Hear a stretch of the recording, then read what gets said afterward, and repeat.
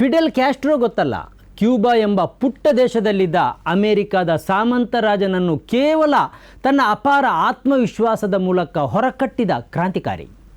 ಈಗ ಅದೇ ಕ್ಯೂಬಾ ದಿನದ 24 ಗಂಟೆಯಲ್ಲಿ 23 ಗಂಟೆಯನ್ನು ಕತ್ತಲೆಯಲ್ಲಿ ಕಳೀತಾ ಇದೆ. ಇದಕ್ಕೆ ಕಾರಣ ಮತ್ತಾರೂ ಅಲ್ಲ, Donald Trump. So this is Cuba and there is no electricity. This is Lavish with Mint Press here live in Havana, Cuba. This is the second night in a row that I've been here of a complete and total blackout. ವೀಕ್ಷಕರೇ, ಇದು editor speak. ಆರಂಭದಲ್ಲಿ ಸಣ್ಣ history ಹೇಳ್ತೇನೆ. Cuba ಕ್ರಾಂತಿ ಎಂದು ಗುರುತಿಸಿಕೊಂಡಿರುವ Fidel Castro ಅವರ ನಾಯಕತ್ವದಲ್ಲಿ 1959ರಲ್ಲಿ ನಡೆದ ಕ್ರಾಂತಿ ಐತಿಹಾಸಿಕವಾದದ್ದು. ಸಮುದ್ರದ ನಡುವೆ ಇರುವ ಕ್ಯೂಬಾ ಎಂಬ ಪುಟ್ಟ ದ್ವೀಪವನ್ನು ಅಮೆರಿಕ ಹೇಳಿದಂತೆ ಬಾತಿಸ್ಟಾ ಎಂಬ ಸರ್ವಾಧಿಕಾರಿ ಆಳ್ತಾ ಇದ್ರು. ಅದು 1953ರ ಸಮಯ. ಅಮೆರಿಕ ಕ್ಯೂಬಾದ ನೆರೆಯ ರಾಷ್ಟ್ರ. ಬಾತಿಸ್ಟಾ ಸರ್ಕಾರವನ್ನು ಬೀಳಿಸಲೇಬೇಕು ಎಂದು ಅಂದುಕೊಂಡ ಯುವಕ ಕ್ಯಾಸ್ಟ್ರೋ ಸಣ್ಣದೊಂದು ತಂಡವನ್ನು ಕಟ್ಟಿದರು. ಸುಮಾರು 150 ಮಂದಿಯ ತಂಡ. 1953 ಜುಲೈಯಲ್ಲಿ ಈ ತಂಡ ಕ್ಯೂಬಾದ ಸೇನೆಯ ಮೇಲೆ ದಾಳಿ ನಡೆಸಿತು. ಆದರೆ ಈ ದಾಳಿ ವಿಫಲವಾಯಿತು. ಹಲವರು ಮೃತಪಟ್ಟರು. ಫಿಡೆಲ್ ಕ್ಯಾಸ್ಟ್ರೋ ಮತ್ತು ಅವರ ಸಹೋದರ ರೌಲ್ ಕ್ಯಾಸ್ಟ್ರೋ ಸೇರಿ ಹಲವರು ಬಂಧಿತರಾದರು.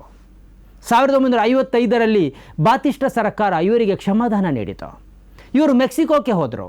ಅಲ್ಲಿ ಪುನಃ ತನ್ನ ರಾಷ್ಟ್ರವನ್ನು ವಿಮೋಚಿಸುವ ತಂಡವನ್ನು ಕಟ್ಟಿದರು.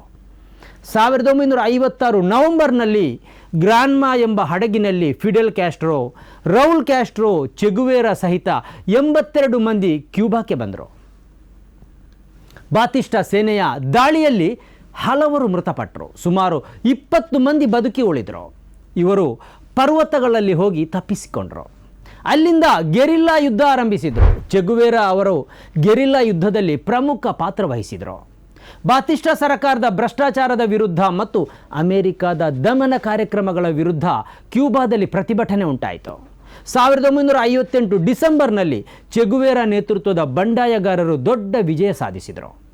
1959 ಜನವರಿ 1ರಂದು ಬಾತಿಸ್ಟಾ ದೇಶ ಬಿಟ್ಟು ಓಡಿ ಹೋದರು. ಫಿಡೆಲ್ ಕ್ಯಾಸ್ಟ್ರೋ ವಿಜಯ ಪ್ರಕಟಿಸಿದರು. ಹೀಗೆ ಕ್ಯೂಬಾ ಎಂಬ ದ್ವೀಪ ಅಮೆರಿಕದ ಸಾಮಂತ ದೊರೆಯಿಂದ ಮುಕ್ತವಾಗಿ ಕಮ್ಯುನಿಸ್ಟ್ ರಾಷ್ಟ್ರವಾಗಿ ಬದಲಾಯಿತು. ಅಂದಿನಿಂದ ಫಿಡೆಲ್ ಕ್ಯಾಸ್ಟ್ರೋ 2008ರವರೆಗೆ ಕ್ಯೂಬಾದ ಪ್ರಶ್ನಾತೀತ ನಾಯಕರಾದರು, ಆಡಳಿತ ನಡೆಸಿದರು. 2008ರಲ್ಲಿ ತನ್ನ ಸಹೋದರ ರೌಲ್ ಕ್ಯಾಸ್ಟ್ರೋಗೆ ಅಧಿಕಾರವನ್ನು ಹಸ್ತಾಂತರಿಸಿದರು. ಈಗ ಕ್ಯೂಬಾದ ಅಧ್ಯಕ್ಷರಾಗಿರುವವರು ಬರ್ಮಡೈಸ್. ರೌಲ್ ಕ್ಯಾಸ್ಟ್ರೋ ಈಗ ಪ್ರಭಾವಿ ನಾಯಕರಾಗಿದ್ದರು. ಅವರು ಅಧಿಕಾರದಲ್ಲೇ ಇಲ್ಲ. ಈ ಎಲ್ಲ ಹಿಸ್ಟ್ರಿ ನಿಮ್ಮ ಜೊತೆ ಹಂಚಿಕೊಳ್ಳೋದಕ್ಕೆ ಒಂದು ಕಾರಣ ಇದೆ. ಸದ್ಯ ಕ್ಯೂಬಾ ಕತ್ತಲೆಯಲ್ಲಿದೆ.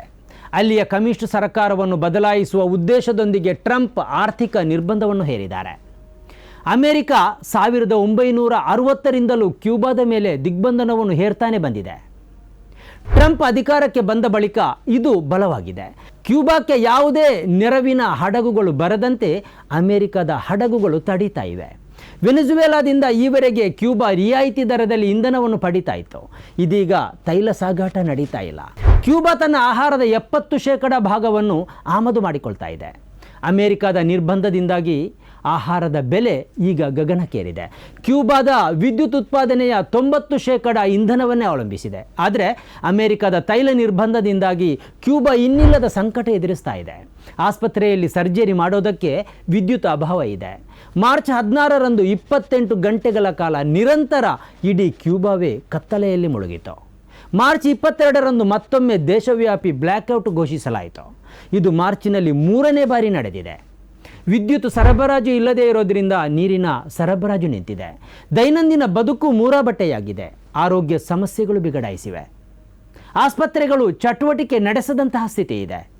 ಕ್ಯೂಬಾದ ಕಮ್ಯುನಿಸ್ಟ್ ಸರ್ಕಾರ ಬದಲಾಗಬೇಕು ಎಂಬುದು ಟ್ರಂಪ್ ಅವರ ಆದೇಶ. ಕ್ಯೂಬಾಕ್ಕೆ ಯಾವುದೇ ದೇಶದ ತೈಲ ಹಡಗು, ಆಹಾರದ ಹಡಗು ಹೋಗದಂತೆ ಸಮುದ್ರದಲ್ಲಿ ಅಮೆರಿಕದ ಹಡಗುಗಳು ಕಾವಲು ಕಾಯ್ತಾ ಇವೆ. ಕಳೆದ ಜನವರಿಯಿಂದ ಕ್ಯೂಬಾಕ್ಕೆ ಒಂದೇ ಒಂದು ತೈಲ ಹಡಗು ಈವರೆಗೂ ಹೋಗಿಲ್ಲ. ಇದೀಗ ರಷ್ಯಾದ ಬೃಹತ್ ತೈಲ ಹಡಗು ಕ್ಯೂಬಾಕ್ಕೆ ಹೊರಟಿದ್ದು ಅದಕ್ಕೆ ಅಮೆರಿಕ ವಿನಾಯಿತಿ ನೀಡಿದೆ. ಒಂದು ವೇಳೆ ಇದನ್ನು ತಡೆದರೆ 3ನೇ ವಿಶ್ವ ಯುದ್ಧ ಆಗಬಹುದು ಎಂದು ಹೇಳಲಾಗ್ತಾ ಇತ್ತು. ವಿಶ್ವಸಂಸ್ಥೆಯ ಸಾಮಾನ್ಯ ಸಭೆಯಲ್ಲಿ ಪ್ರತಿ ವರ್ಷ ಬಹುತೇಕ ಎಲ್ಲ ರಾಷ್ಟ್ರಗಳು ಕ್ಯೂಬಾದ ಮೇಲಿನ ಅಮೆರಿಕದ ನಿರ್ಬಂಧವನ್ನು ವಿರೋಧಿಸ್ತಾ ಇವೆ. ಆದರೆ ಅಮೆರಿಕ ತನ್ನ ವೀಟೋ ಅಧಿಕಾರ ಬಳಸಿ ಈ ಕ್ರೂರ ನಿರ್ಬಂಧವನ್ನು ಮುಂದುವರಿಸ್ತಾನೇ ಇದೆ. That Cuba will be next. What did you mean by that exactly? Who will be next? Cuba. Yeah, Cuba's going to be next. Cuba's a mess. It's a failing country, and they're going to be next. Within a short period of time, it's going to fail. ಇರಾನಿನ ಬಳಿಕ ತನ್ನ ಗುರಿ Cuba ಎಂದು Trump ಈಗಾಗಲೇ ಹೇಳಿದ್ದಾರೆ. 1960ರಿಂದಲೇ ಅಮೆರಿಕದ ಆರ್ಥಿಕ ನಿರ್ಬಂಧವನ್ನು ಸಹಿಸಿಕೊಂಡು ಬೆಳೀತಾ ಬಂದ ಕ್ಯೂಬಾ ಅಮೆರಿಕವನ್ನು ಎದುರಿಸುವ ತಾಕತ್ತು ಹೊಂದಿರುವ ಸಾಧ್ಯತೆ ಬಹಳ ಕಡಿಮೆ. ಆದರೆ ಅದು ಗೆರಿಲ್ಲಾ ಯುದ್ಧತಂತ್ರವನ್ನು ತಿಳಿದಿರುವ ರಾಷ್ಟ್ರ. ಅಮೆರಿಕ ನಿರ್ಬಂಧವನ್ನು ತೆರವುಗೊಳಿಸದಿದ್ದರೆ ಕ್ಯೂಬಾದ ಜನರು ಹಸಿವಿನಿಂದ ಕಂಗೆಟ್ಟು ಸಾಯಬಹುದು ಎಂಬ ಸ್ಥಿತಿ ಇದೆ. ಅಲ್ಲಿಯ ವೈದ್ಯಕೀಯ ಸೌಲಭ್ಯ ಬಹುತೇಕ ನೆಲಕಚ್ಚುತ್ತಾ ಇದೆ. ಕ್ಯೂಬಾ ಯಾವುದೇ ದೇಶದೊಂದಿಗೆ ಡಾಲರ್ ಮೂಲಕ ವ್ಯಾಪಾರ ಮಾಡುವಂತಿಲ್ಲ. ಅಂತಾರಾಷ್ಟ್ರೀಯ ಬ್ಯಾಂಕಿಂಗ್ ವ್ಯವಸ್ಥೆಯಿಂದ ಕ್ಯೂಬಾವನ್ನು ಹೊರಗಿಡಲಾಗಿದೆ. ಕ್ಯೂಬಾಕ್ಕೆ ತೈಲ ತರುವ ಯಾವುದೇ ಹಡಗು ಅಥವಾ ಕಂಪನಿಯ ಮೇಲೆ ಅಮೆರಿಕ ಭಾರಿ ದಂಡ ವಿಧಿಸ್ತಾ ಇದೆ ಅಥವಾ ಅಲ್ಲಿಗೆ ಬರದಂತೆ ತಡೀತಾ ಇದೆ. ತಾನು ಹೇಳಿದಂತೆ ಜಗತ್ತು ನಡೀಬೇಕು ಎಂಬ ಅಹಂಕಾರಕ್ಕೆ ಕ್ಯೂಬಾ ಬಲಿಯಾಗ್ತಾ ಇದೆ.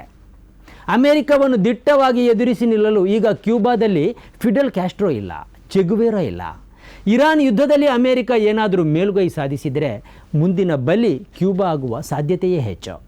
ಪ್ರತಿದಿನ ಕತ್ತಲೆಯನ್ನೇ ಉಣ್ತಾ ಇರುವ ಕ್ಯೂಬಾದ ಮಂದಿ ಅಮೆರಿಕವನ್ನು ಕೈಬೀಸಿ ಸ್ವಾಗತಿಸಿದ್ರೂ ಅಚ್ಚರಿಯಿಲ್ಲ. ಸ್ನೇಹಿತರೆ, ನಿಮ್ಮ ಅದ್ಭುತ ಬೆಂಬಲದಿಂದ ಸನ್ಮಾರ್ಗ ನ್ಯೂಸ್ ಚಾನೆಲ್ ಈಗ 2 ಲಕ್ಷ ಸಬ್ಸ್ಕ್ರೈಬರ್ಗಳನ್ನು ದಾಟಿದೆ. ಇದು ನಮ್ಮ ಯಶಸ್ಸಲ್ಲ, ಇದು ನಿಮ್ಮ ಯಶಸ್ಸು. ನಮ್ಮ ಮುಂದಿನ ಗುರಿ 4 ಲಕ್ಷ. ಇದು ಕಷ್ಟವಲ್ಲ. ನೀವು ಮಾಡಬೇಕಾದದ್ದು ಸಿಂಪಲ್. ನೀವು ಸನ್ಮಾರ್ಗ ನ್ಯೂಸ್ ಚಾನೆಲ್ ವಿಡಿಯೋವನ್ನ ನಿಮ್ಮ ಸ್ನೇಹಿತರಿಗೆ, ಕುಟುಂಬದವರೊಂದಿಗೆ ಹಂಚಿಕೊಳ್ಳಿ ಮತ್ತು ಅವರಲ್ಲೂ ಸಬ್ಸ್ಕ್ರೈಬ್ ಮಾಡಲು ಹೇಳಿ. ನೀವು ಶಕ್ತಿಯನ್ನು ಕೊಡಿ, ನಾವು ನಿಖರ ಸುದ್ದಿ ಕೊಡ್ತೇವೆ. ಧನ್ಯವಾದಗಳು.